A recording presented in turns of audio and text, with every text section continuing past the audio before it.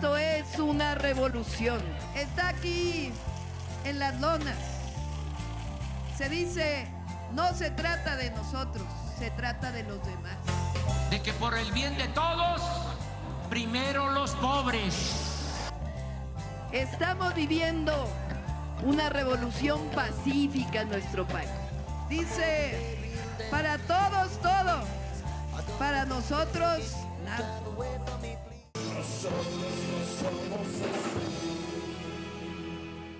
¿Qué tal, amigas y amigos? Una vez más en tu podcast, el podcast del morenismo michoacano. Nosotros no somos así. Y hoy nos acompaña Andrea Serna, secretaria de Bienestar en el gobierno de Michoacán. Andrea, fundadora de Morena, es joven, es muy joven. Sí, yo cuando la conocí, ella era una niña, yo ya era un adulto. Tú eras un bebé. No, tú eras una niña, yo sí era un adulto. Andrea, ¿quién es Andrea? ¿Dónde nació? ¿Qué estudió? ¿Qué hacía de niña, Andrea? Pues muchas gracias por esta invitación, Julio. En efecto, pues soy orgullosamente fundadora de nuestro movimiento, de Morena. Y bueno, pues yo nací aquí en Morelia, en la ciudad de Morelia, un 12 de agosto. Recién cumplí años, tengo 38 años. Joven. Pues ya no tanto, pero bueno, sí, muy joven inicié en este movimiento.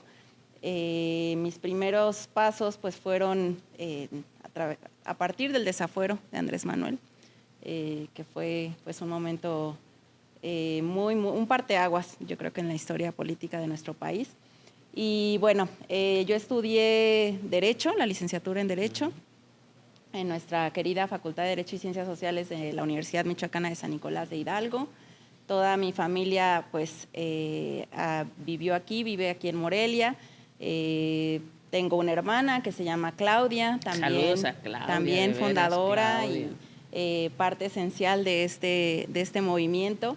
De igual manera, pues mi mamá, que gracias a ella estoy en lo que estoy como fundadora, como militante, y por supuesto pues a mi papá, que ya falleció, pero que también pues bueno, nos brindó la educación con mi mamá, nos brindó esta oportunidad también de conocer de fondo qué se vive en este país, de abrirnos los ojos, de no quedarnos con lo que veíamos quizás en nuestras escuelas.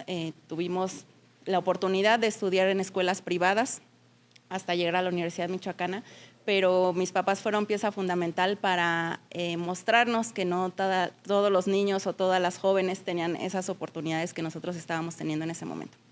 ¿Qué primaria estudiaste? ¿Privada, dices, verdad? Así es, estudié desde tercero de kinder hasta tercero de secundaria en el Instituto Pedagógico Piaget y luego la prepa en el Liceo Michoacano. En el Liceo Michoacano. ¿Dónde vivías, Andrea, de niña? ¿Qué colonia? Bueno, estuvimos primero en la colonia del Valle, pero fueron 4 años de mi vida, y ya posteriormente nos mudamos al actual domicilio de mi mamá en Rincón Quieto, que es una zona también pues muy bonita, muy cerca de la Universidad Michoacana. Y bueno, también en esa coyuntura en la que nos mudamos a esa casa fue cuando ocurrió la devaluación del 94. Del 94. Así es, entonces también fue un momento muy decisivo para mi familia, un momento muy complicado también económicamente hablando, y pues que a mis 7 años que tenía me abrió los ojos de cómo funcionaba en ese momento nuestro país, cómo había todo un tema con la vivienda, un tema con la economía. Digo, a mis 7 años medio lo entendía, y son momentos pues que van marcando tu camino, ¿no? Sí, cómo no, Andrea. De padres académicos, más que nada, de izquierda. Así es. Por cierto, aunque Andrea ha estudiado en privada desde la primera, pero de izquierda. Sí. En la Universidad Michoacana. Yo me acuerdo mucho de ti y de tu hermana. Son más chicas, obviamente. Bueno, tu hermana un poquito más grande, pero Sí. pero son más chicas. Me acuerdo de ustedes cuando íbamos a a algunas manifestaciones del 2006, que ahorita, y del desafuero, que ahorita vamos a entrar a esos temas. Sí, claro. De más de fondo, pero me acuerdo que las conocían y a ver, dinos qué parentesco había con el entonces rector Jaime Hernández, porque son las sobrinas del rector, son las sobrinas. Sí, ¿Qué claro. parentesco hay con Jaime Hernández? Bueno, pues él es mi tío, Ajá. él es hermano de mi mamá. Ujú. Y también fue mi padrino de primera comunión. Entonces yo realmente, pues como les llamo a él y a mi tía, es padrino y madrina. Entonces, padre, dice, es tu tío por parte de tu mamá, ¿verdad? Así es. Sí, mi mamá es una de las y los 5 integrantes de esa familia. Una de mis tías ya falleció. Mis 3 tíos, pues todavía tengo la fortuna de que vivan. Mi tío Jaime, mi tío Saturnino, mi tío Antonio. Una familia que contribuyó mucho con la lucha del Partido Comunista en su momento.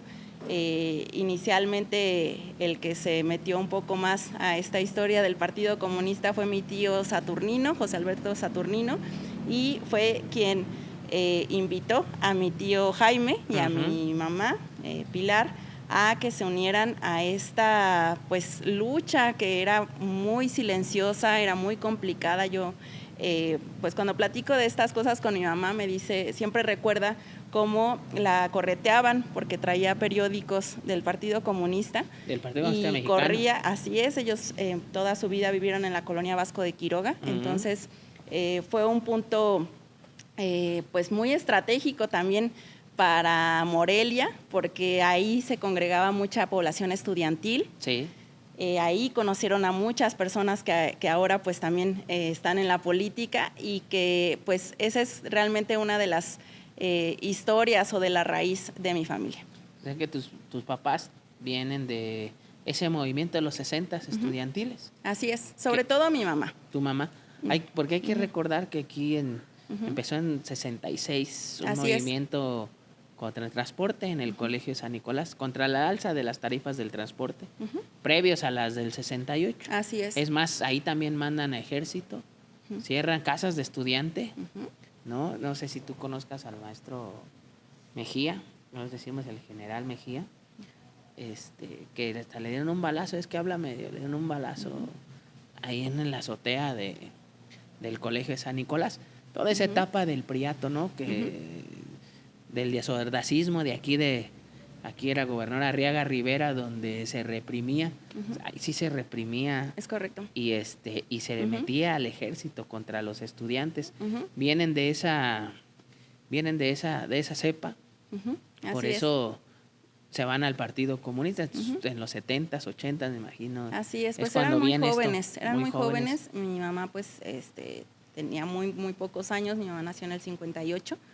Muy joven. Pero lo recuerda pues todo como muy claramente. También vivieron a la distancia lo que ocurría en Latinoamérica, con el golpe de Estado en Chile también. Sí, con de Allende. Contra y Salvador fueron Allende. momentos que fueron marcando también la historia de mi familia, que la vivieron pues como en carne propia, ¿no? Fue un dolor quizás que luego yo pienso que nos van heredando también. Y es una de las razones por las que pues hoy estoy aquí. Claro, y es importante recordar esta historia, de dónde viene uno. Hemos hecho más, bueno, en los podcasts pasados nos han acompañado compañeros y compañeras muy, muy valiosos, y todo tiene una historia así similar, ¿no? Algunos padres normalistas, que vienen de la lucha magisterial, en el caso tuyo estudiantil, y que nos va forjando, nos va enseñando estos valores que se aprenden en la familia, y esta lucha que se llevaba en este México. Y la pregunta sobre Jaime Hernández es porque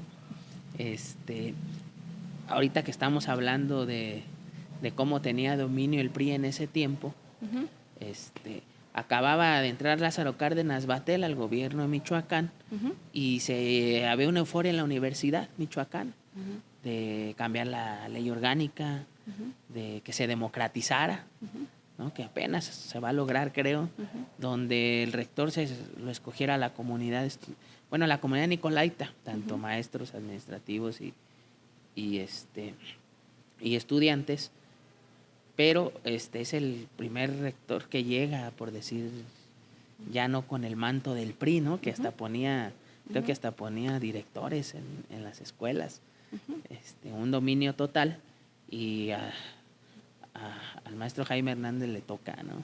Sí. Por eso era la pregunta y por eso eran muy famosas ustedes ahí en la universidad. Bueno, también porque éramos muy estudiosas. Claro, pero muy aplicadas. Fuimos premio Padre de la Patria las dos, así que. Claro, bueno, mi hermana muchas más veces que yo, pero yo también fui una vez premio Padre de la Patria. Es cierto, pero pues los que hacíamos ahí política estudiantil, pues era... Sí, ¿no? Claro. Y más cuando nos acompañaban. ¿Cómo empiezan, Andrea, a involucrarse? ¿Cuándo entras de lleno al movimiento? Pues creo que el momento cumbre fue el desafuero y que todas las personas casi ahí estaban muy joven. Sí, pues iba en la preparatoria. Iba en la preparatoria, recuerdo justo el día de que nos convocaron al Zócalo a vivir esta transmisión de cómo fue la intervención de Andrés Manuel en el Congreso. Y nos fuimos con mi papá nos acompañó, a mi hermana, a mí, íbamos con amigas, compañeros, y mi mamá no fue porque mi mamá estaba recibiendo quimioterapias en ese momento, era su 5ª quimioterapia, lo recuerdo muy bien, y bueno, no nos pudo acompañar a la distancia, también lloró con nosotras, porque fue muy desalentador. Digo, pues yo iba en la preparatoria, apenas va pensando una que puede haber un futuro distinto, que el país va a cambiar, tienes esperanza. Y ocurre ese momento del desafuero de Andrés Manuel y fue una ruptura, fue un duelo también de darte cuenta en el país en el que estabas, la clase política que imperaba en ese momento y que además pues estaban frenando un futuro de un personaje que nosotros en ese momento ya veíamos con un potencial inmenso, que era pues nuestro Andrés Manuel, y fue el momento decisivo. Creo que ya nos habíamos involucrado con muchas otras cosas, también con mi hermana, con amigas que teníamos de izquierda, pero ese fue el momento decisivo. Nosotras ya seguíamos mucho a Andrés Manuel desde que era jefe de gobierno de la Ciudad de México, porque lo escuchábamos en sus conferencias que daba también. Sí, las mañaneras en el DF. Así es, y lo empezamos como a monitorear con mi familia. Teníamos una televisión ahí en la cocina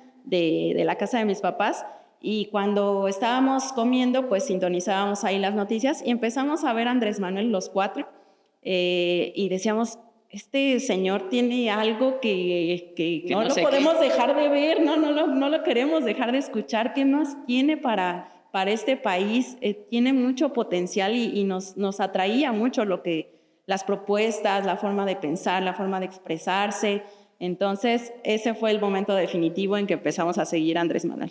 Fíjate qué curioso, porque mucho, y esto es importante, Andrea, el López Obradorismo así nace. Muchos de los que somos López Obradoristas y que estamos involucrados en este movimiento, fue así. No estabas en el PRD, no le dabas vida orgánica a ningún partido político, eras muy joven. Bueno, eras más joven, eres mucho más joven. Sí. Y le empiezas a ver. Y yo me acuerdo mucho porque ni política estudiantil no hiciste, ¿verdad? Mucha. Pero yo creo porque los que hacíamos política estudiantil en ese tiempo, estaba muy fuerte Rosario Robles. Sí. La habían dejado en tiempo de jefa de gobierno, luego es presidenta del PRD. Sí. Ahí siempre una lucha entre dos corrientes de los chuchos y... y otros, ¿no? El cardenismo puede ser o el cuauhtemismo más bien era el que imperaba ahí. Sí. Y la traían mucho. Mucha gente, no, es que Rosario Robles, y Andrés Manuel empezaba a ser jefe de gobierno. Yo lo conocí a través de su libro Fobaproa Expediente Abierto. Supe que fue presidente del PRD, yo me involucré un poquito, ya estaba involucrado, pero no en el partido, pero sí me gustaba ver todos esos análisis políticos, todas esas cuestiones, y empecé a ver que era un tipo muy organizado. Cómo había subido al PRD, que era muy vapuleado en los medios tradicionales de comunicación, a una segunda fuerza política, arriba del PAN, y bueno, pues el PRI que dominaba todo. Claro. También estaba la euforia del foxismo, ¿no? Toda esa mercadotecnia que se movió alrededor, pero cómo él salió adelante y cómo escribe este libro, que comprendí, pues, por primera vez hizo que yo estudié administración, que ya me gustaban esos temas, por primera vez comprendí cómo se manejaban y cómo cómo nos la ponían complicada en la macroeconomía, pero cómo hicieron ese gran fraude, ese gran saqueo. De ahí, bueno, pues ya lo que dices tú de jefe de gobierno, ahí sí se involucran y que dijeron, de aquí somos.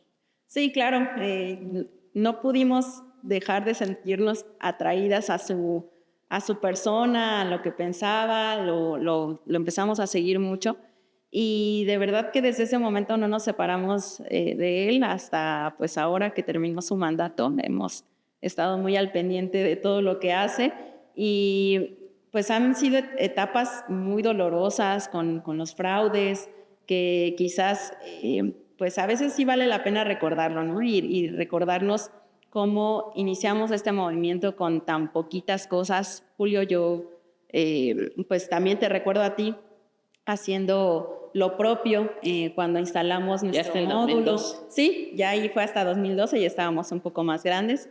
No, tú no, yo sí. Los dos. Y pues con pocas cosas hacíamos mucho, ¿no? Y el acto de la resistencia, que también lo he platicado mucho con Arlen, el resistir era muy complicado, ¿no? Porque pues podemos decir como, bueno, pero ahora son gobierno y bueno, ahora están en los espacios, pues sí, pero hubo una etapa en la que yo lo viví mucho como estudiante de una facultad, además, como es la de Derecho. ¿Que se aburguesó? Sí, muchísimo. Yo la verdad no disfruté muchísimo mi carrera, porque todos los días era estarme peleando con mis compañeras, con mis compañeros y con los maestros y maestras, ¿no? Esa era mi resistencia civil pacífica, diariamente llegar a la escuela y pensar, me van a decir algo acerca del movimiento que está encabezando Andrés Manuel. En ese momento era el gobierno legítimo de México. El gobierno legítimo del fraude del 2006. Bueno, en ese tiempo, no, eso ya fue después. Sí. Venía hasta el abogado del conservadurismo, Carbonell. Claro. Yo un día lo corrí de la facultad de Derecho, no estudié Derecho. Ahí ¿Te tocó correrlo? Y teníamos un grupo estudiantil, bueno, no teníamos, estaba un grupo estudiantil con Vicente y un Ubaldo. Y claro, corrimos. Y con otros que, como Milton, que hicieron acá en el PRD, ya ellos se quedaron en el PRD. Sí. Más jóvenes. Yo ya ahí trabajando en la Facultad de Derecho, y lo corrimos, porque estaba hasta saloneando el señor, y lo corrimos, ¿no? Que también, ya, sí, ahí sí como estudiante en el seminario de titulación, Andrea, déjame compartirte que corrí de un aniversario de la Facultad de Contaduría Marco Cortés, porque era senador y se venía lo de la reforma energética, le traían. Claro, sí. Y era senador, había ganado Fausto Vallejo, fue cuando nos fue muy mal. No miento, no había ganado Fausto Vallejo, había ganado Marco Cortés, o quedó en segundo lugar. No, quedó en segundo lugar. Sí. Y fue allá a la facultad. Y como es egresado de Contaduría de la Universidad Michoacana, y lo ponemos porque así se aburguesaban todo tiene un porqué, cómo eran esas facultades, y lo invitan al aniversario, pero no lo hacen en las instalaciones de la facultad. De la facultad, lo hacen en el Teatro Morelos. Okay. Y ahí llegué, pues yo había sido miembro del consejo estudiantil, ya estaba en el seminario de titulación, pero me invitaron. Llegué muy tranquilamente con un papelógrafo bien dobladito. Le saco un papelógrafo de no a la reforma privatizadora y que no me iba a sentar hasta que se fuera. Me iban a sacar a mí, Gustavo Aguado, en ese tiempo, y Sayín estaban en la jornada. Sí, claro. Tomaban foto y no dejaron que me sacaran hasta que se fue él. ¿Sí? Hasta que se fue él. También estaba Justo Vallejo, era presidente municipal. Pero el que corrimos fue y solito. Pero estas facultades empezaron a burguesar y sí nos criticaban mucho. Yo recuerdo, como dice Andrea, criticaban. Y es que en la Facultad de Derecho, pues muchos estaban en el Poder Judicial. Sí, claro. Por cierto que es el último aliento del conservadurismo, ya se van el 1 de septiembre ya. Sí. Ya nos queda un 10% de acabar con el sistema neoliberal es cuando venga la reforma electoral. Pero este Poder Judicial que representa el neoliberalismo, pues muchos pertenecían a eso. Maestros y maestros que estaban becados al CONACYT y no investigaban nada, becados en un estado de confort. Los que no iban a dar las clases. Los que no iban a dar las clases. Pero muy conservadores. Y sí criticaban. Reaccionarios, criticaban mucho. Luego ahí como que te quieren programar para que seas un servil del neoliberalismo, ¿no? De que tienes que trabajar y poner tu talento. Y ya después vendrá el dinero. Sí. Y así se fueron degradando las universidades públicas. Se fueron aburguesando. Sí. Se fueron haciendo un sistema neoliberal. Sí. Y en Derecho tiene razón. Sí. El famoso grupo El Claustro, ¿no? Que era un grupo que venía del PRI. Puros hombres casi también.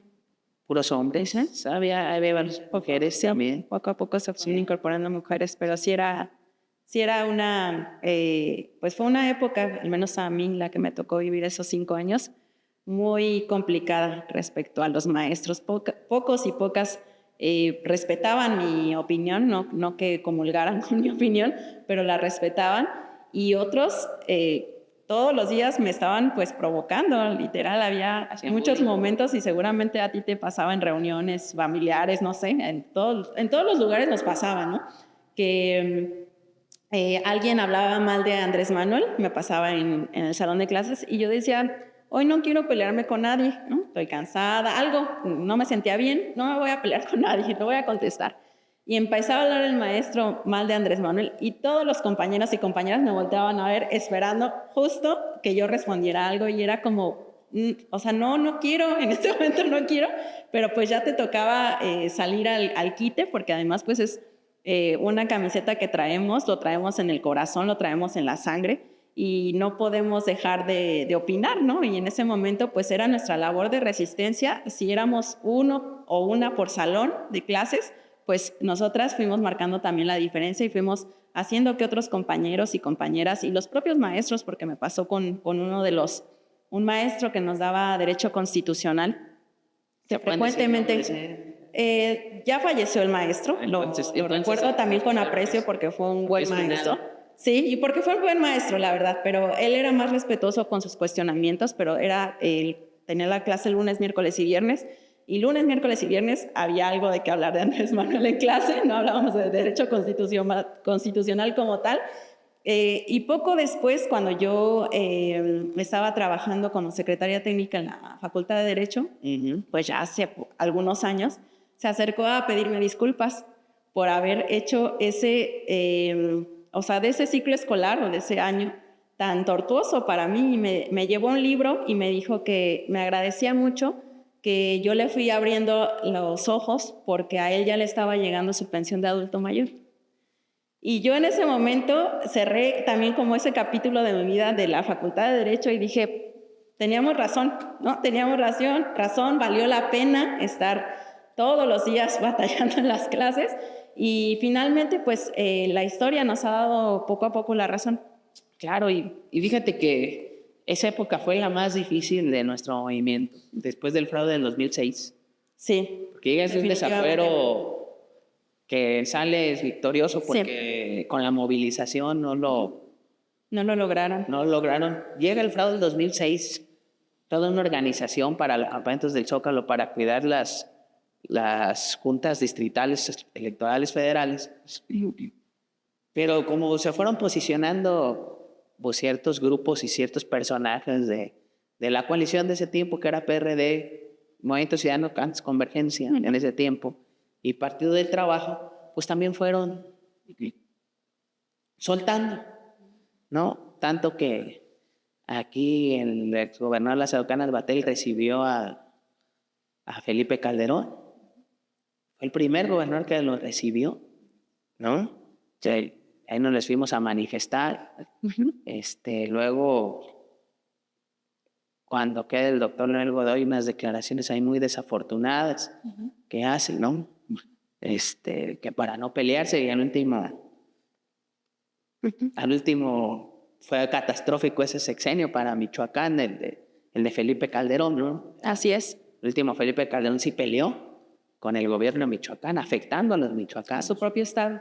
Y también, pero venían estas críticas y señalamientos porque no se entendía cómo podíamos hacerlo con un gobierno legítimo, con una resistencia civil pacífica, en donde no se le obligó a ningún de esos actores políticos que estamos hablando a que se hiciera. El único que se aguantó hasta el último fue Marcelo Ebrard, ¿no? Pero todos los demás empezaron que no, que acuerdo también se va a molestar por animado de la maestra Graciela Andrade recibiendo a Vázquez Mota, que era secretaria de Educación. ¿Cómo no?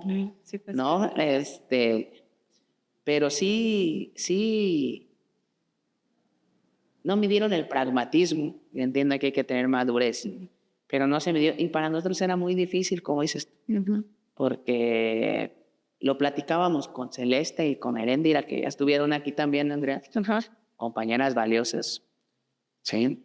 De este movimiento, al igual que sí es.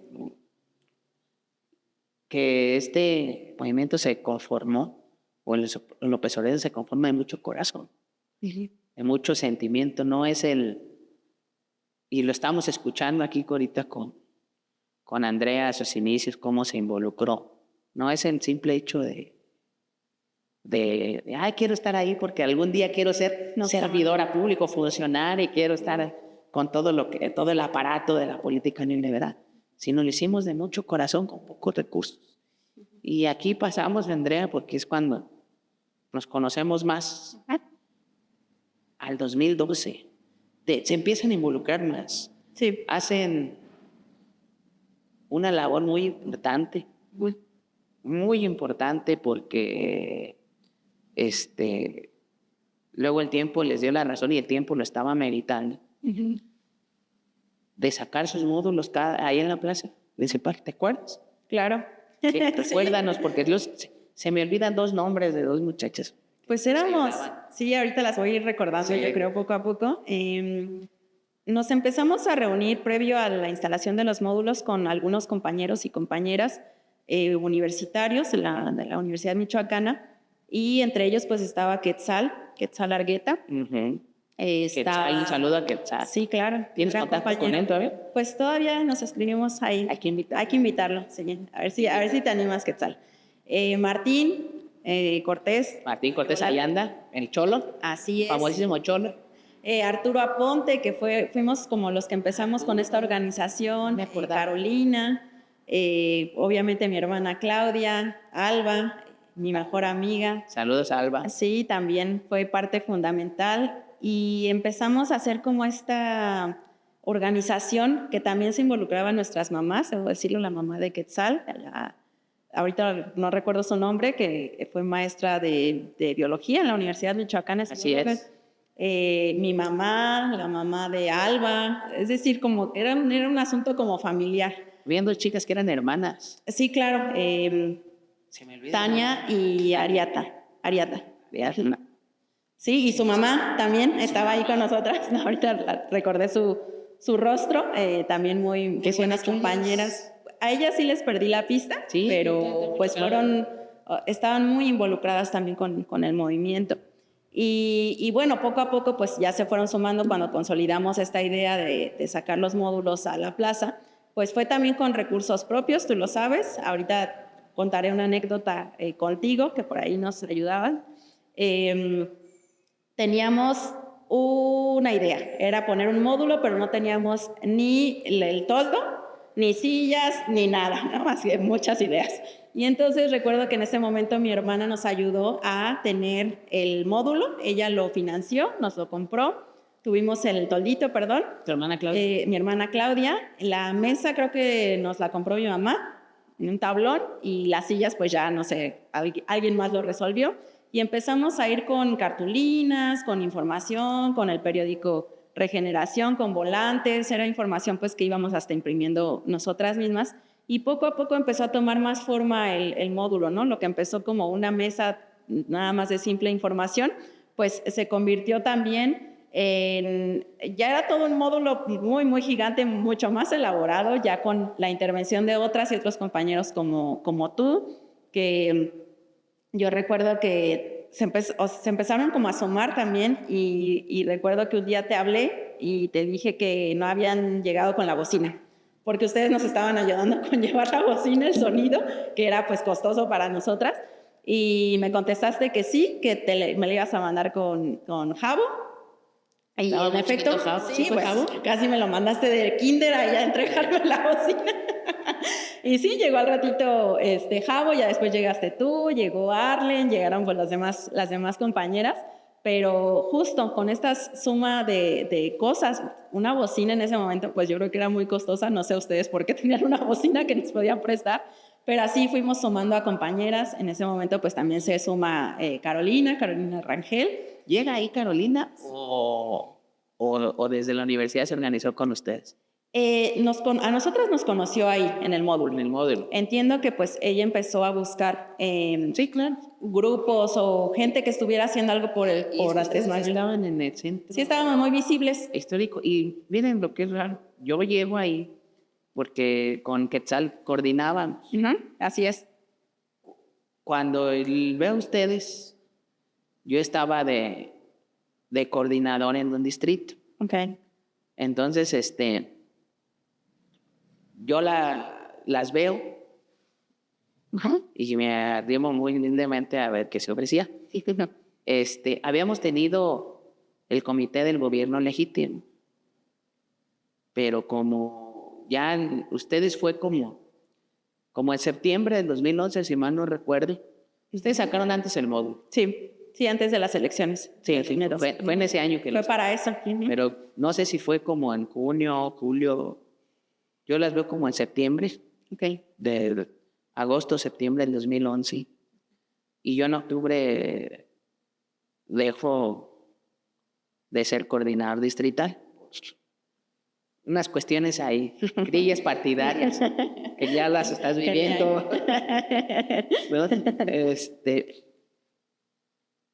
Y dejamos de rentarla, porque esa oficina que rentábamos era el esfuerzo de muchos compañeros y compañeras que trabajaban dentro del gobierno del Estado en su cooperación. Eran de 50 a 200 pesos. Había un personaje, no sé si no voy a decir nombre. ¿Por aquí? Que decía que él pagaba todo, la oficina y todo, pero que él quería ser candidato. Nosotros no dábamos candidatura. Eso era en el PRD. O sea, nosotros no le dábamos vida orgánica al PRD. El movimiento de López ahorita fue aparte. Así como ustedes empezaron con otros compañeros, compañeras. Y habíamos dejado ya de la oficina, ya de las aportaciones, y se venía la calentura electoral, ¿no? Ya se iban a sus grupos. Tú sabes que en el PRD funcionaba mucho lo de las corrientes. Y lo que hicimos fue, pues teníamos ese material. Entonces fue la bocina, fue algunos bancos, ¿sí? Sí. Arlen pues había llegado de la Ciudad de México y vivía aquí y buscó. Carolina pues creo que su mamá es de aquí, ella estaba en Quintana Roo y se vino y creo que las vio. Yo ahí conocí a Carolina, por cierto, en el módulo de ustedes. Pero era muy importante ese módulo que lo sacaban ustedes porque ni nosotros como coordinadores distritales, no estábamos en las colonias, Claro. el Partido en Regeneración, ni el PRD, ni el PT, ni Movimiento Ciudadano en ese tiempo, que ya es Movimiento Ciudadano, ya tenía ese mote con el águila, hacía nada de campaña. Y eso es muy característico en Michoacán, porque en el 2006 a nosotros nos tocó hacer campaña. Hay 3 jóvenes que inician campaña, era Octaviano Ríos, David Soto y Tucel. Miguel se había ido a Metlatónoc a abrir campaña allá, pues a seguir, pero fuimos los que hacíamos este tipo de mantas que ven aquí, ¿no? No había algo institucional, mientras el panismo le echaba toda la carne al asador, y mientras en ese tiempo el peñanetismo pues le echó todo porque se había perdido el gobierno del Estado ya, había entrado Fausto Vallejo, no olvidar que luego de repente se les olvida a nuestros compañeros que están en el gobierno, se les olvida, ¿sí? Y había renacido ese PRI, y cómo derrocharon dinero. Y ustedes con el módulo hicieron un gran trabajo. Pues ahí vimos, ahí todos hasta, creo que llegó el dirigente del PRD, en el módulo ustedes vimos el debate. Sí, varios. ¿No? Varios Ya fueron llegando, como dices, ya fuimos llegando. Es un modulote.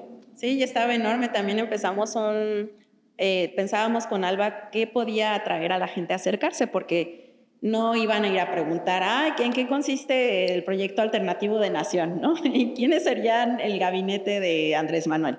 Sino que dijimos, ¿cómo le hacemos para que sí se acerque la gente, pues, por alguna otra razón? Y, pues, mi amiga Alba y nuestra compañera del movimiento estudiaba letras, y pues su pasión siempre han sido los libros y la lectura, y empezamos a hacer un trueque de libros. Dijimos, de esta manera vamos a provocar que las personas regresen al siguiente fin de semana a devolvernos el libro y vuelvan a preguntar por la información, y va a haber un intercambio de libros y pues de personas, iba a haber más flujo de personas. También habilitamos un espacio para que niñas y niños se pusieran a leer libros infantiles, y mientras los niños y las niñas estaban ahí quietecitas leyendo, pues los papás y las mamás recibían la información por parte de nosotras. Entonces fue nuestra manera también de ir atrayendo más público para poder dar la información, porque también, digo, suena muy bonito el módulo y que todas llegábamos y que ustedes nos acompañaban, nos apoyaban, pero muchísima gente era muy grosera con nosotros, se nos acercaban al módulo a insultarnos. Entonces era, sí, de 10 personas que se llevaban gustosas la información, pues eran otras 70 que nos volteaban la cara, o eso, que no, ni siquiera era que nosotros nos acercáramos a ellas para brindarles la información y nos rechazaran, sino que se acercaban al módulo a insultarnos así abiertamente. Y es que era la manipulación de los medios sobre este tipo de movimientos, cómo lo sataniza. Así es. Y cómo sobrevivió el presidente Andrés Manuel todo esto. ¿Verdad? Y cambió. Sí. Claro. Sí. Por eso, sí, nos llevamos nuestros institutos, y luego en el centro, o sea... Sí, en el centro de Morelia, al lado de la catedral. Donde viene de todo, pero hay sectores en nuestra ciudad que son muy conservadores y que son muy manipulables. Tenía gran influencia en los medios de comunicación nacionales y los locales. Sí, pues había un cerco mediático, ¿no? Un cerco mediático y una campaña de desprestigio. Sí. Porque ahorita que recuerdas, fíjate las dinámicas que hacía. Pero también tenían gran rating porque eran jóvenes. Y eran mujeres jóvenes. Sí. Y recuerda que decían que nomás a Andrés Manuel lo apoyaban los viejitos. Es verdad, sí. ¿No? Que porque criticaban lo de la pensión del adulto mayor en el Distrito Federal. Entonces son hipocritones los neoliberales. Y cómo lo criticaban, decían, no, es que nomás te les apoyan a sus viejitos porque les da. Y ya no, que veían bien que Fox los mandara de cerillos, Ah, claro. pero veían mal que se les diera algo que habían trabajado toda su vida, Claro. una pensión, que no todo mundo tiene, alguien que hace un oficio, que tiene un negocio, no tiene acceso a una pensión, y trabajó su vida y le aportó al país Así es. como le aportó. Y empiezan a satanizar eso y empiezan a eso, pero ustedes tenían sí, pues como esa chispa, esa ¿no? chispa, y aparte no era también, porque luego se acostumbraba mucho en la izquierda partidaria más que nada, Sí, no. el acarreo, el llevar así como, o el culto a la personalidad sobre el líder. Claro. Y hombre, por lo regular. Sí, claro. Y acá eran mujeres encabezando. No sé si estaba Quetzal, el gran tipo, Quetzal, lo vamos a invitar. Sí. Sí va a aceptar. El Cholo, estaba muy chavillo, es joven también. Y ustedes, que la mayoría de mujeres, Alba, tú, Claudia, todas y todos, Así es. contribuyendo a este gran movimiento, ¿no? Así es también. Y encabezando estos módulos fue fundamental, fue fundamental para la formación de Morena, que ahorita vamos a ir para allá. Sí, claro, y también se sumó en ese momento, y hablando del cerco mediático y de toda esta campaña social que se hacía contra Andrés Manuel, se acercó Poncho Gutiérrez a nuestro módulo, el famoso Alfonso Gutiérrez, que ahora pues es una persona muy famosa en el país. Estaba mucho más joven que nosotras. De igual manera se acercó preguntando que si nos podía ayudar con algo, pues un chico muy inquieto, con mucha energía. Le dijimos sí, pero nosotras no pagamos porque nadie esté aquí, entonces no te podemos dar nada más que el espacio y que nos acompañes cuando puedas. La verdad pensamos que no iba a volver porque pues no es atractivo para un joven tener que ir a trabajar en algo sin que te paguen con lo que sea, ¿no? Pero estaban ustedes. Estábamos nosotras. Y además él traía la inquietud y quería hacer algo. Es un plus, la empatía. Sí, claro, así es. Si hubiera estado yo, hubiera estado el propio. No, pues no. Ni yo. ¿Sí? Ni tú. O sea. No, pero bueno, sí, seguramente se sintió como identificado con nosotras y empezó a llevar actividades y cosas muy creativas de Poncho. Luego nos decía, ¿tenemos dónde conectar? Y nosotros, pues, solo la luz que nos dan los policías del modulito, ¿no? Porque teníamos que hacer una amistad con los policías y las policías. Tenemos una planta en usted, 2 ocasiones se las llevamos. 2. Ah, mira, ya ves, ahí nos empezamos a profesionalizar en el módulo, pero en ese momento nos decía Poncho, es que quiero traerme mi compu, una pantalla, porque voy a proyectar unos videos que estoy haciendo, y nosotras como, pues sí, adelante, ¿no? Y él empezó a ir y era muy creativo, entonces le dio como este plus a nuestro módulo de cosas muy creativas. Hacía el logo tengo fotos todavía donde sale con el logo de Televisa y se va caminando por toda la plaza, un poco burlándose de lo que hacía Televisa con todo nuestro movimiento, con Andrés Manuel. Entonces fueron piezas claves también, por supuesto, Ambrosio, que nos daba chance. Sí, Stephanie, su papá, que ya falleció, y que nos permitió hacer un poco más fácil cada fin de semana, porque nos dejaron guardar las cosas en el hotel que tenían aquí por la Cerrada de San Agustín, y que ya no teníamos que subirlas a mi carro cada día para poder instalar de nuevo el módulo, lo llevábamos ahí. Cada domingo, ya no fueron más, ya para sábado, domingo. Y pues nos daba chance de guardarlo ahí. Estábamos eternamente agradecidas con Stephanie, que fue quien nos dio esta oportunidad, y por supuesto con el profe Ambrosio. Y peleaban, me imagino, con el ayuntamiento, ¿no? Ay, sí. Pero fíjate que como que se acostumbraron también a vernos ahí. Ya no. E incluso hasta se acercaban como a pedir información, a ver qué más llevábamos, porque también empezamos a ver que pues no estaba siendo sostenible nuestro módulo, porque teníamos que hacer la comida ahí en el módulo, entonces era gastar forzosamente en una torta, en una hamburguesa, en tacos, no sé. Y mandamos a hacer pulseras y pines con distintos diseños, sobre todo con esta campaña también de No Más Sangre, cosas como más atractivas, y las vendíamos ahí. Sí, fue la manera en la que empezamos a sostener ya también el módulo. Eso es el López Obradorismo, porque aquí el único político que conozco yo que Puedes vender sus cosas, Andrés. Sí, claro. Y no desde esa campaña, desde el 2006. Sí. 2005 nosotros vendimos unas playeras para sostener el movimiento. ¿Sí? Pero así se formó. Esto es importante que se sepa cómo se formó, porque luego nos quieren cruzar ahí, ¿no? Luego hay personajes, compañeros que ahora están acá que dicen que todos estudios con Silvano no, es más, Andrea también es como lo hablamos con Celeste, y como lo es Mariana, como lo es Javo, como lo es la misma Alba, todos ellos son nacidos en Morena. Toda esa generación de ustedes son nacidos en Morena. No estuvieron en otro partido. Y tú más, porque sí te identificamos como parte muy ciudadana, de la parte ciudadana. Llega Morena, hacemos Morena, se constituye como partido político. ¿Tú participaste en esas asambleas constitutivas? Sí. ¿Qué decidiste? ¿Partido político o movimiento? Yo voté por movimiento. Movimiento, igual que Celeste.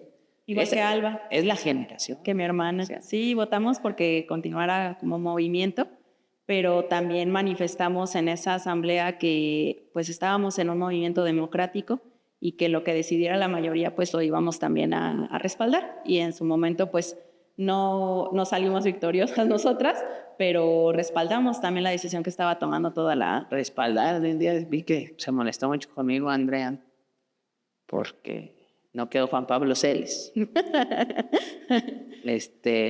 Hicimos la asamblea constitutiva para los comités ejecutivos municipales y Gerardo, nuestro compañero, llevó a todos los de las casas del estudiante y empezaron a reservar.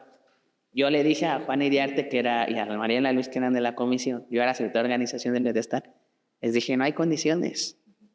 Pero llegaba el licenciado Andrés Manuel a tomarnos protesta y a ver cómo, porque era formativo pues para cumplir la meta para lograr ser partido político, cumplir la meta de afiliaciones. Y no quisieron, que se la jugaban. Y gana Gerardo. Hubo descontento, no nomás tuyo, de la misma Mariana, de su hermano Alain, de Alba. Pero así se nos quedan viendo feo. Y te acuerdas que esa asamblea la presidió esta Carolina, ¿no? Sí. Dijo, que no, hay que suspender. Nomás se lleva a cabo la asamblea informativa del mensaje del señor Andrés Manuel y no la jugamos, ¿no? Ahí viste lo que era ya la política, ¿no? Cómo eran ciertos comportamientos. Claro, pues creo que en este tipo de coyunturas donde ya se va formalizando como un partido, pues empezamos a ver lo que realmente la gente es también, ¿no? Y lo que estaban buscando. Entonces, también fue un momento muy decisivo para mí porque yo estaba un poco desencantada de esos procesos. Incluso me aparté un tiempo del propio movimiento y, ojo aquí, no significa que me fuera yo a otro partido, ¿no? Porque muchas veces muchas personas dicen, me fui a otro partido porque en el mío no sé qué, ¿no? No, también hay que ser congruentes, hay que tener dignidad y yo me aparté para... Antes le dabas vida orgánica. Sí, claro. No le dabas vida orgánica a ningún partido, le das vida orgánica a Morena. Vienen esas dos asambleas que no te dejan buen sabor de boca. No. Pero no te vas de Morena, o sea, simplemente... Me aparté un poco. De hacer vida orgánica. Así es. Porque sí estuviste. Sí, no, sí, pues siempre seguí, pero me aparté un poco y también me empecé a involucrar. En ese momento conocí a quienes estaban integrando el colectivo Emancipaciones y me sentí identificada porque además son causas comunes las que seguimos.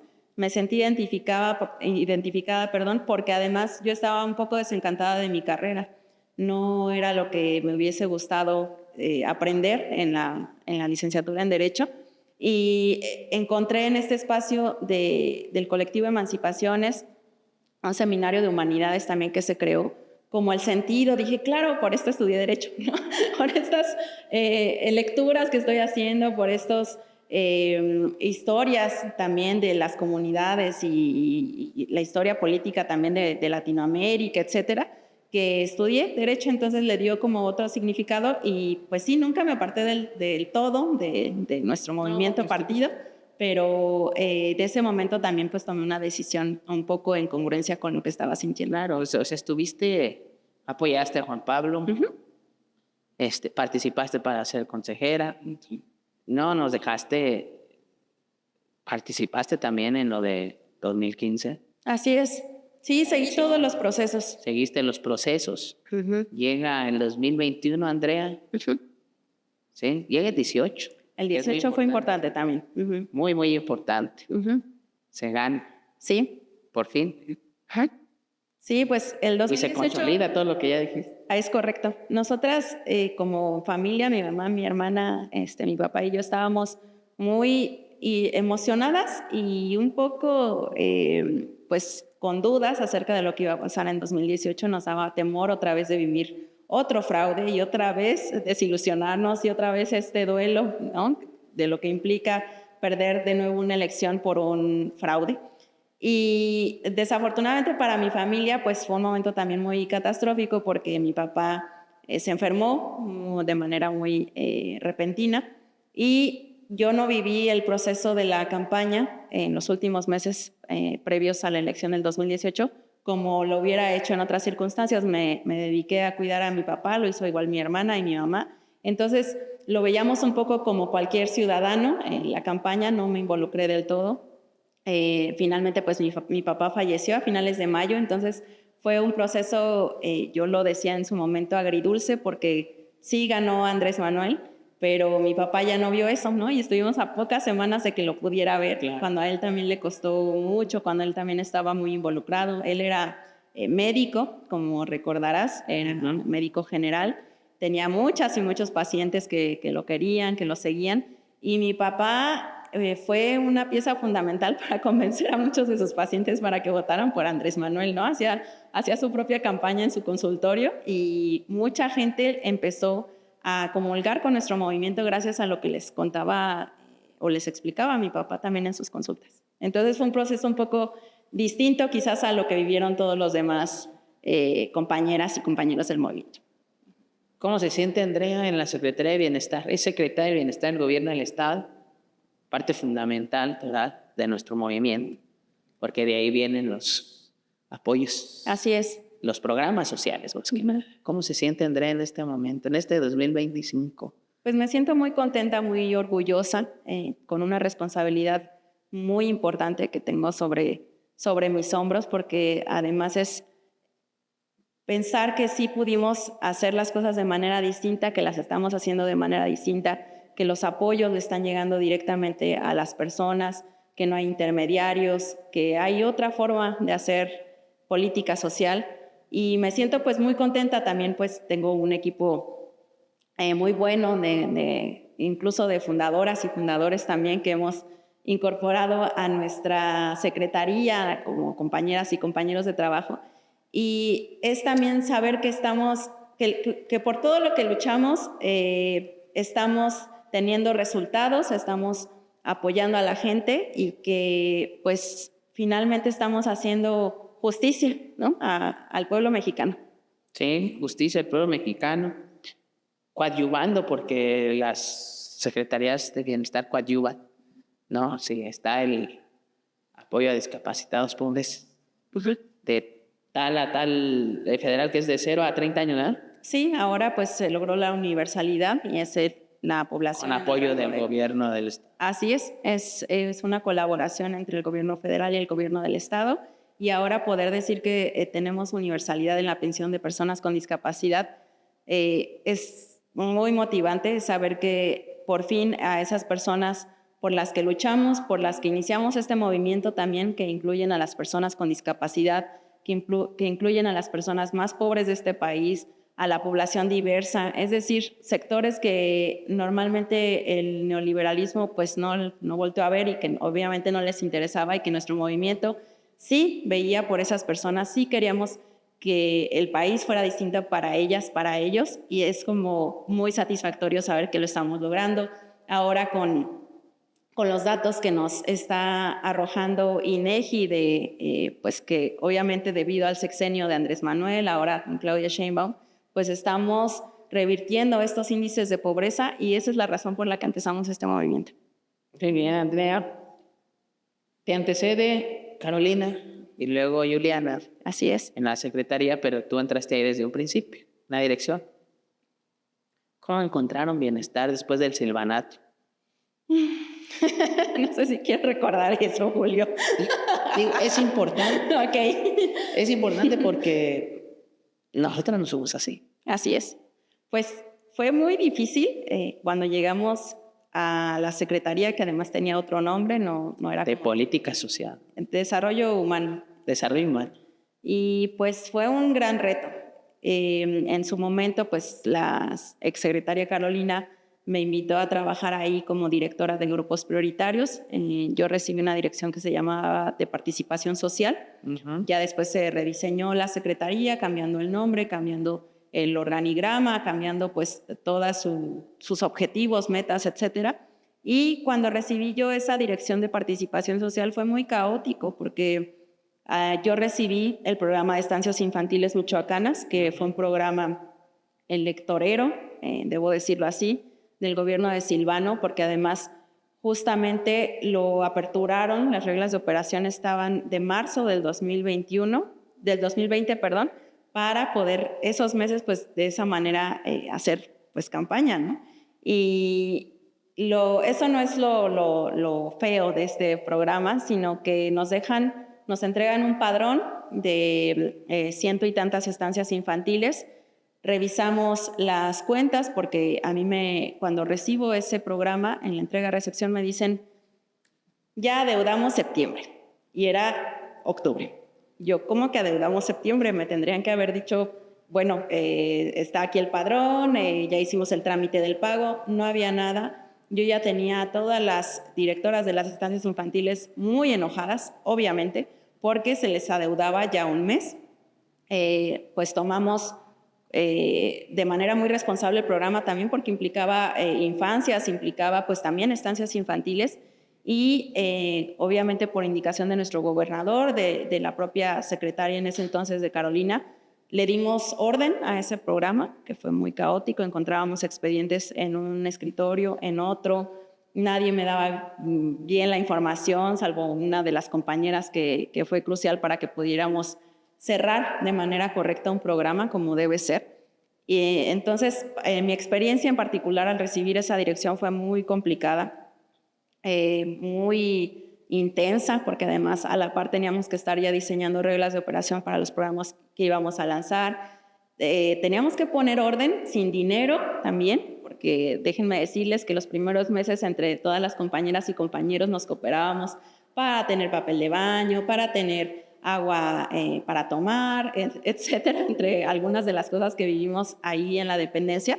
Y bueno, al revisar las cuentas, checábamos pues que nos habían dejado centavos en la cuenta, y pues cómo íbamos a pagar con centavos a las estancias infantiles. Se tuvo que hacer una gestión adicional, una ampliación presupuestal en ese momento, que fue muy complicado. Ahora lo sé, como secretaria es muy complicado generar esas ampliaciones presupuestales. Se logró. Más en finanzas. Así es, se logró, se cerró, porque también pues no somos iguales. No íbamos a dejar aventado un programa que nos estaban entregando, no íbamos a dejar a las directoras de las estancias y directores sin ese ingreso cuando había unas reglas de operación vigentes, ¿no? Entonces tuvimos que cerrar de la mejor manera. Publicamos el padrón, que era algo que tampoco se hacía normalmente, lo transparentamos para saber quiénes habían recibido ese apoyo económico. Entonces fue una labor titánica, pero que teníamos un muy buen equipo de trabajo, había muy buenas directoras, una excelente secretaria técnica, es decir, ayudaron mucho ya las personas que estaban comprometidas con esta historia que ya hemos contado en tu programa. Y luego octubre, casi para preparar el siguiente presupuesto, mucho neoliberalismo en finanzas. Claro. Existe todavía, pero las direcciones, algunos ya se espantaron y se fueron, ya renunciaron. Sí. Pero algunas direcciones todavía era muy difícil. A mí me tocó, como director de recursos humanos también, batallarle mucho cuando se le había prometido a los maestros que les teníamos que pagar en cierto tiempo. Claro. Se tuvo que ordenar mucho, y sí es importante porque luego de repente quieren revivir estos personajes, el conservadurismo, el neoliberalismo, y referentes como tú, Andrea, que fundaron este movimiento, que son transparentes, que trabajan, que tienen que de corazón trabajan, pues se tienen que distinguir, porque luego nos ven menos, ¿no? Y dicen, y no, ya tiene experiencia, vienen a robar. No, es que cuando lo hace, fíjate lo que hacían. O sea, hacen mañas, todo lo que hacen para tergiversar o cambiar su estilo de vida. Andrea no ha cambiado su estilo. Y vive como gana en su trabajo. Así es. ¿No? Como una servidora pública. ¿Qué sigue para Andrea?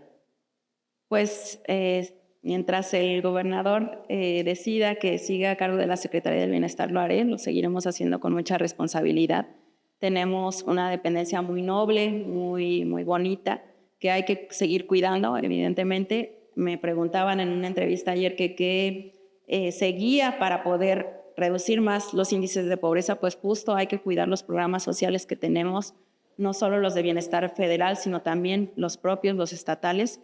Y pues así como en su momento decidí involucrarme con este movimiento, pues es hasta que tengamos dignidad para todos, hasta que no tengamos pobreza, ¿no? Ojalá nos toque verlo eso, aunque estemos ya muy viejitos. Ahí vamos. Pero ese es el objetivo, ¿no? Seguir trabajando para revertir años de desigualdad, de pobreza extrema y de circunstancias pues que las mexicanas y mexicanos no nos merecíamos, porque somos un país muy, muy rico, muy plural. Hasta que una persona con discapacidad tenga todas las oportunidades, hasta que una persona de la diversidad sexual no sea discriminada, hasta que una persona indígena pueda estudiar una carrera universitaria en su lengua, hasta ese momento quizás estaremos presentes. Vas a seguir, Andrea, ya brincaste ese rumor que se dio hace a ver, cuéntame. un año que ya iban a quitar a Andrea, que iba a haber cambios. Pues se pone nervioso. Mira, dentro de todos los gobiernos, ya lo estás viviendo. Hay siempre ese... Y es parte también. Es parte y hay mucho fuego, amigo. Y hay intereses. Algunos te ponen su interés particular al personal. Y vienen estos rumores. Y sí nos ponen nerviosos pues porque nosotros no habíamos tenido esa experiencia, pero lo avientan para que uno se ponga nervioso y decaigas y te digan que no tienes madurez política, que no sirves para el puesto, etcétera, etcétera. Andrea, nos tenemos que despedir. Muchísimas gracias. Antes de irnos, yo quisiera preguntarte, ¿qué prefieres? ¿Ser representante popular o ser servidora pública? No te voy a contestar eso, Julio. No. ¿A dónde late tu corazón? Yo creo que mientras siga siendo militante, lo que venga para mí lo voy a asumir y lo voy a recibir con mucha responsabilidad, porque nunca estuve en este movimiento por conseguir algo.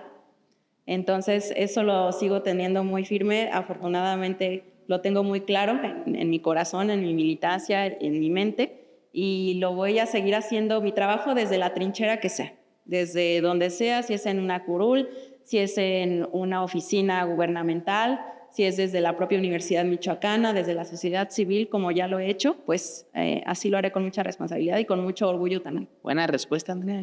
No, esa contestaste muy bien. Muchísimas gracias, amigas y amigos. Andrea. Gracias, Julio. Gracias. Por recibirme en tu programa. Y todo el éxito. Y vamos a seguirle dando. Claro que sí, como siempre. La utopía. Claro que sí, como siempre. Gracias, amigas y amigos. Esto es una revolución. Está aquí en las lonas. Se dice, no se trata de nosotros, se trata de los demás. De que por el bien de todos, primero los pobres. Estamos viviendo una revolución pacífica en nuestro país. Dice, para todos, todo. Para nosotros, nada. Nosotros no somos así.